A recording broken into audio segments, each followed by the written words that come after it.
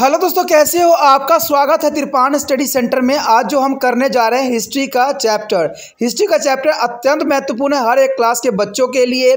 खास तौर पे जो यूपीएससी एग्जाम तैयार करना चाहते हैं तो इस वीडियो का जो है फ़ायदा उठा सकते हैं और ये काफ़ी इंपॉर्टेंट भी उनके लिए रहेगा। चलिए देखते हैं हमारा आज टॉपिक क्या है। Jainism. What is Jainism and what is the feature here? So Jainism is a Vardhaman Mahabir. The Vardhaman Mahabir is regarded as the founder of Jainism. There is the most important point here. Note down. The Vardhaman Mahabir is regarded to the founder of Jainism, and he was born in 599 BC. That is also important. Near the Vaishali in Bihar. He was the 24th and the last Tirthakara of the Jainism. Jainism believes that is the main goal of a human life in the purification of soul and attainment of there is a nirvana, and which mean to the freedom from a birth and death. This can be achieved not a thought, rituals and sacrifice, but by the presence of the Tritthana and Panch Mahavarata is a three. Natna is the three jewels: right to faith, right to the knowledge, and right conduct. There is a three. Ratna is the most important for Jainism. There is a mean of a jewel. Three jewels are the right of faith, right to knowledge, and right to conduct, which can be lead to the liberations, and right conduct mean observances of a 5 grace balls. The ahimsa, do not commit violence. The next era, asatya bachan, do not speak lies. Asatya, do not steal, and brahmacharya, do not indulge in a sex act, and aparighra is not acquired to properties, and the householders bear respect to the observe meddler from to the practice of this rituals called is anvarata is a small walls is a comparison to their monk. So what of can be noticed that will there are Brahmanisms and was there is a ritual to the oriental religious life new faith from the conductor oriented. There is the most important. The most necessary feature of Jainism was a concept of here Anekvarda and Swayanvarda. That is the most important here, Anekvarda and Swayanvarda, and it means that is a truth can be a view from to the Anuvrata, Anuka and the various angle. Another important feature of Jainism was is the emphasis was extremely from to the penances and authorities. There is the act of non-violence. And where there is emphasis on the strict display line was one of their reason why it could not be attract the masses in the large number. Mahabira used to the Prakritic language to the spread is a masses. There is a most important here. Mahabira used a Prakritic language to spread is a masses. However, just like other religions, Jainism also could not remain united from every long and later divided into two sects. The first called to the here Digambara. This is whose his mind is a naked, and second here Sutambara. There is a who wear a white cloth. There is a most important divided by the two here. There are Digambara and Sutambara. There is a Digambara here is a who is the mind the naked, and Sutambara is the who wear a white cloth. There is the most important for Jainism. यहाँ पर जो हमारे समक्ष आया है जैन धर्म और बौद्ध धर्म के सिद्धांत, देखिए ये काफ़ी इंपॉर्टेंट है क्योंकि इंपॉर्टेंट हमारा चैप्टर जो है जनपद से साम्राज्य की ओर, इसके अंतर्गत हमारे दो यहाँ पर आए हैं जैन धर्म और बौद्ध धर्म के सिद्धांत, जो कि काफ़ी मानने में इंपॉर्टेंट है। आपको पता है जैन धर्म से आपका काफ़ी जो है परिचित ही हो गया, बौद्ध धर्म से तो परिचित हो ही, तो इसमें कोई बड़ी बात नहीं, लेकिन फिर भी आपको जो है कुछ बातों की नॉलेज होना चाहिए जो हमारे कंसेप्ट में है।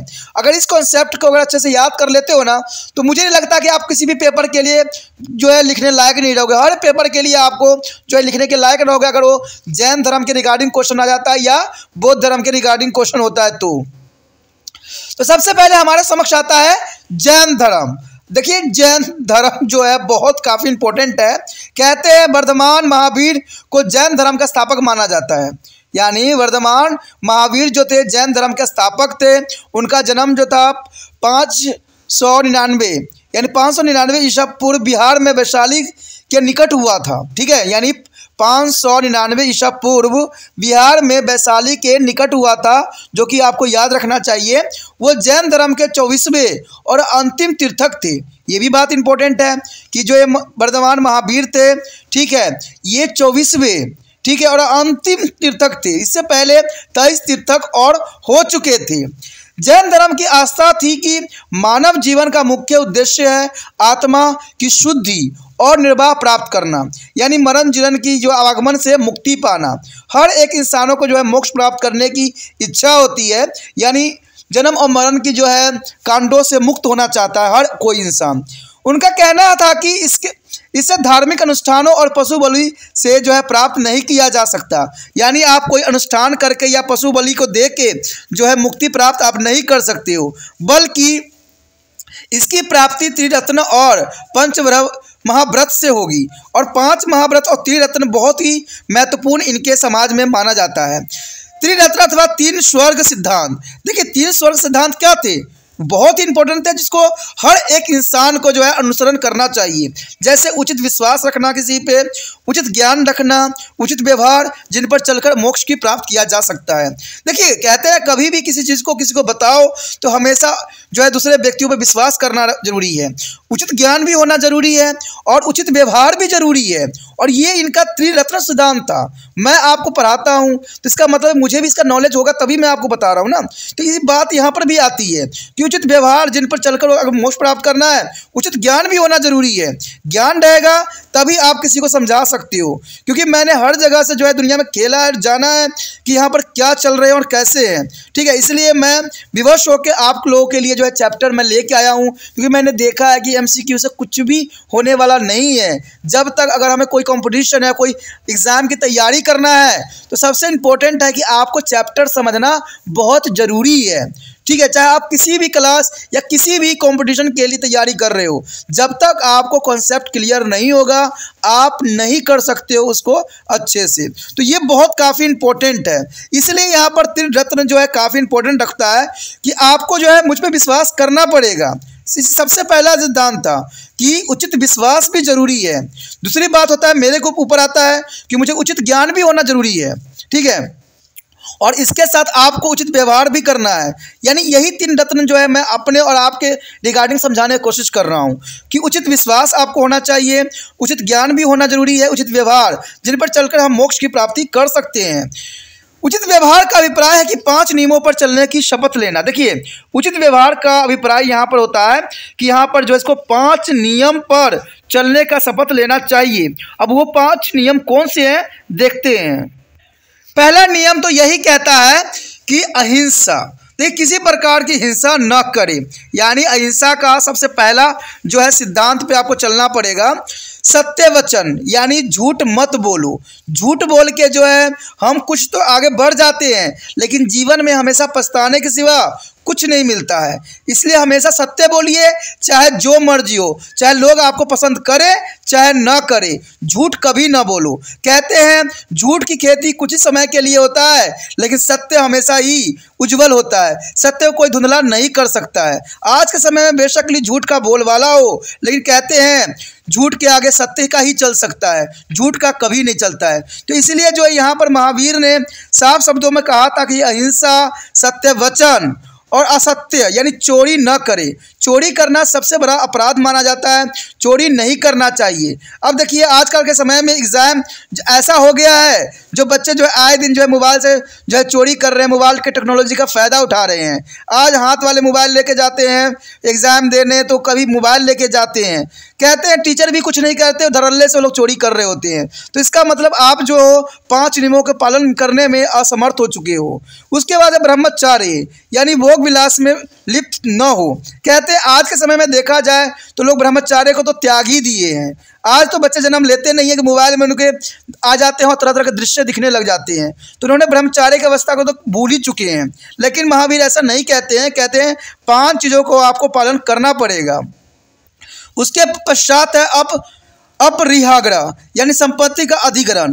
कहते हैं ये 5 तत्व बहुत इंपॉर्टेंट है, जो आज के समय में हर एक व्यक्ति को मानना चाहिए। अहिंसा, सत्य वचन, असत्य, ब्रह्मचर्य, अपरिग्रह। ये पांचों नियम जो है इंसानों के जीवन में सब कुछ बदल सकता है और इंसान एक सत्य की तरफ बढ़ सकता है। और मेरे विश्वास से वो जीवन में कभी भी असफल नहीं होगा, हमेशा ही उसको जो है जीत सदैव ही उसके साथ चलेगा। तो ये पांच जो है कर्तव्य, पांच जो महत्वपूर्ण नियम है उसका आप अनुसरण कीजिए। जैन मुनियों की तुलना में गृहस्थ लोगों में इस जो है अनुव्रत यानी छोटे संकल्प कहे जाने वाले सद्गुणों के जो है कठोर अनुपालन की आशा नहीं की जा सकती, क्योंकि ये करना बड़ी मुश्किल होता है कि वही व्यक्ति इन पांचों नियमों का अनुसरण कर सकता है जो सत्य पर जो है अपना जीवन आधारित किया हो। लेकिन आपको पता है कि आजकल सत्य बहुत ही लोग कम बोलते हैं और सत्य की जगह पर झूठ बोल के अपना कार्य को पुण्य करते हैं। लेकिन फिर भी मैं यही कहूँगा कि सत्य ही सही है, सत्य ही वचन है और सत्य पे ही चलना प्रत्येक इंसान का जो है धर्म होना चाहिए। अंत हम यह देख सकते हैं कि ब्राह्मण धर्म धार्मिक कर्मकांड पर जो है बल देता था, तो यह नया धर्म व्यवहार आधारित था। जौन धर्म की सबसे प्रमुख विशेषता थी अनेकतावाद या कहे हम स्वैधवाद। इसका अर्थ यही कि सत्य को अनेक अथवा विविध कोणों से परखा जा सकता था। सत्य को अगर आप देखो तो कई क्षेत्र से जो है उसको परखा जा सकता है। सत्य कहीं से भी आप देख सकते हो। सत्य का एक कहते हैं सत्य का एक आंख नहीं होता है, करोड़ों आंख होते हैं, ठीक है, जिसको आप कहीं से भी सत्य को जो है आप परख सकते हो। सत्य आप में है, तभी तो कहता हूँ कभी भी कुछ भी हो सत्य बोल दो, चाहे इसका परिणाम जो भी मर्जी हो, इससे न डरो। बाद में देखना वो व्यक्ति जो होगा आपका जो है कायल हो जाएगा, क्योंकि आपने सत्य का अनुसरण किया है। जैन धर्म की एक और प्रमुख विशेषता थी कठोर प्रायश्चित, यानी आडंबरहीनता और कठोर अहिंसा धर्म का पालन करना। शायद कठोर अनुशासन के सिद्धांतों पर बल देने के कारण ही बहुत बड़ी संख्या में अनुयायी इस धर्म की ओर आकर्षित नहीं हो पाए, क्योंकि यहाँ पर कहते हैं ना बहुत कठोरता थी।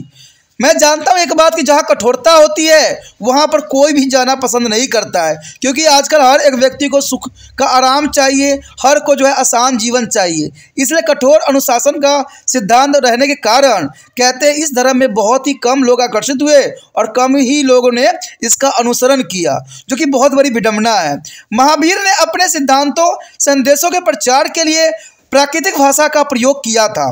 यद्यपि अन्य धर्मों की तरह जैन धर्म भी बहुत लंबी अवधि तक जो है संग्रहित नहीं रह सका और ये भी जो है दो भागों में विभक्त हो गया। एक दिगंबर में कन्वर्ट हो गया जो निवस्त्र रहते हैं, और एक जो था श्वेतांबर में जो है विभक्त हो गया जो सफ़ेद वस्त्र पहनते थे। नामक दो वर्गों में ये बट गया।